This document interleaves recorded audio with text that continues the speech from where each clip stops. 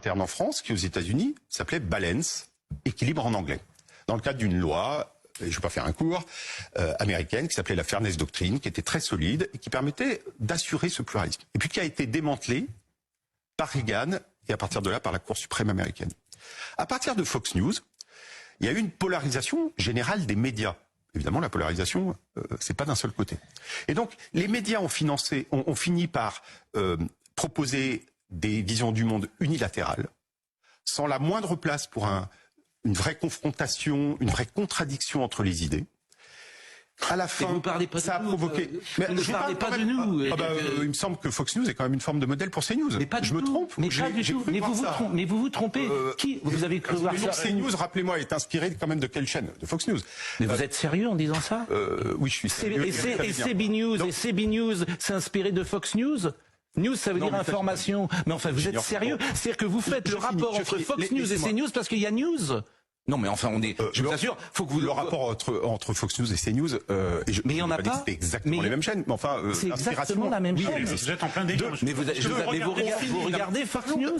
Vous regardez Fox News. Est-ce que vous regardez Fox News? J'ai regardé l'autre jour. Vous pouvez me citer deux. J'ai regardé l'autre jour l'interview par Tucker Carlson, qui est l'ancienne star de Fox News. Il y est plus. Vous pouvez me citer deux journalistes de Fox News. Vous pouvez me citer deux journalistes de Fox News. Mais je peux pas vous citer deux journalistes. Parce que vous ne regardez pas Fox News. Je ne regarde pas tout le temps Fox News. Je peux. Mais vous ne savez pas ce qu'est Fox News. Vous ne savez pas. Vous dites n'importe quoi, monsieur.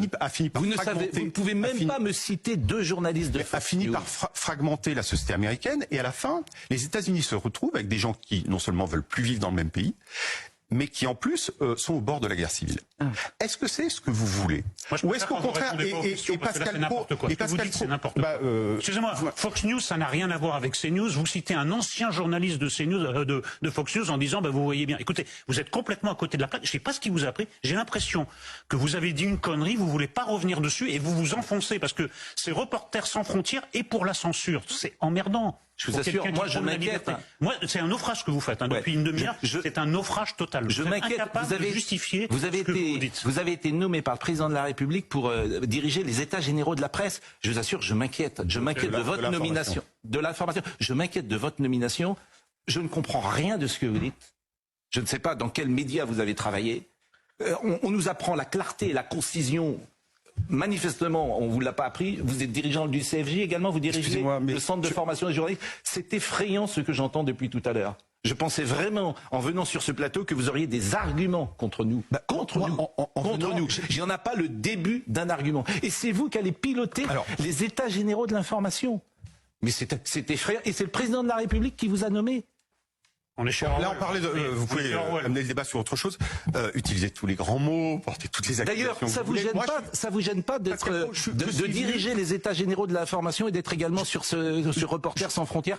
Je vous pose cette question. Ça vous gêne pas? Je suis venu. Ça vous gêne pas? Mais pourquoi ça me gênerait? L'objectif. Vous ne trouvez pas qu'il y a un conflit d'intérêts entre être Reporters sans frontières? De concitoyens. À CNews, on aime parler de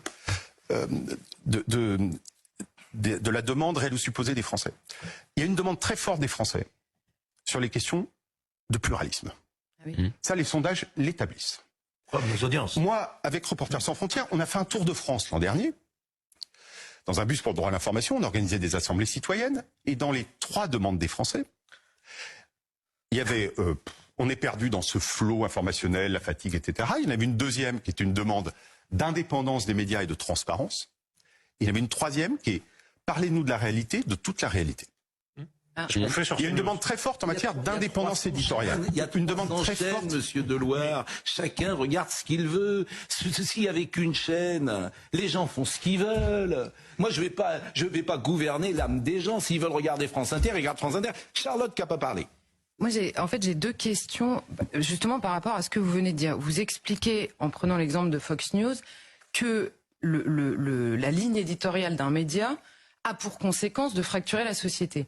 Je m'étonne toujours que vous posiez pas la question dans l'autre sens, c'est-à-dire la question du pluralisme. Si on la prend sur l'ensemble des médias, CNews, en abordant certains sujets qui ne sont pas traités ailleurs, en faisant parler des personnes qui ne sont pas invitées ailleurs, a répondu à l'échelle globale à un manque de pluralisme. Et c'est ce que les gens vous disent, en effet, parlez-nous de toute la réalité. Certaines n'existaient pas. La deuxième chose, c'est que avant que CNews existe, par exemple sur la question de la fracture de la société. Il y a 2 événements qui ont montré que les Français sont quand même assez grands pour prendre de la distance aussi par rapport à ce qu'ils entendent. La première chose, c'est Jean-Marie Le Pen au second tour en 2002. Pas un média en France, à l'époque, ne plébiscite le vote pour Jean-Marie Le Pen. Vous serez d'accord avec moi? Il arrive au second tour. Donc la fracture constitutionnel européen, il y a une grande fracture puisque ces deux exemples-là montrent que les Français ont d'abord une distance à l'égard de leurs médias et qu'une partie des Français choisit contre l'avis de 100% des médias. Là, le pluralisme, il se pose sur les 2 terrains. Et la deuxième question que j'ai, c'est que RSF a parlé, et là je vais parler factuellement, comme vous dites, travaille sur la base d'un rapport fait par le sémiologue François Jost, qui compare, alors là vraiment j'étais très étonnée, la démarche, c'est d'analyser la ligne éditoriale de CNews, donc le choix des sujets et la manière de les traiter dans leur hiérarchie, à partir des choix faits par BFM TV. Mais qui décide que la ligne éditoriale de BFM TV est objective et qu'à partir de ça, on peut décider que celle de CNews n'y est pas?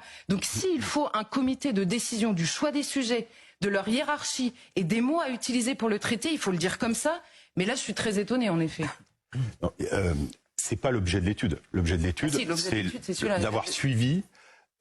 Moi, vous me faites peur. Franchement. Laissez-moi parler. Non, mais à tout point de vue.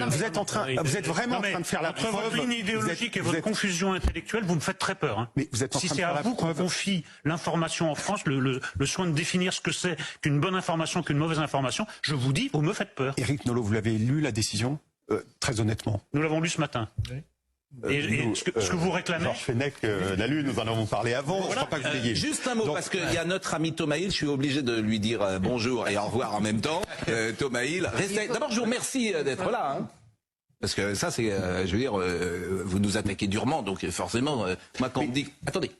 Parce que je dis bon au revoir à Thomas Hill. Il est là, Thomas? Je dis bonjour et au revoir. Bon, Thomas, c'est un peu chaud. Figurez-vous que c'est la Saint-Valentin. Donc on a dit à Monsieur Deloire de venir pour la Saint-Valentin. Ensemble. Vous êtes mignons comme bon, on va trouver un terrain d'entente parce que je rappelle que c'est un journaliste, c'est quelqu'un comme nous qui a une carte de presse comme nous. Mais bon, vous avez raison de souligner qu'il est courageux de venir sur votre plateau en tout cas. Bon, en tout cas, c'est parfait. Merci.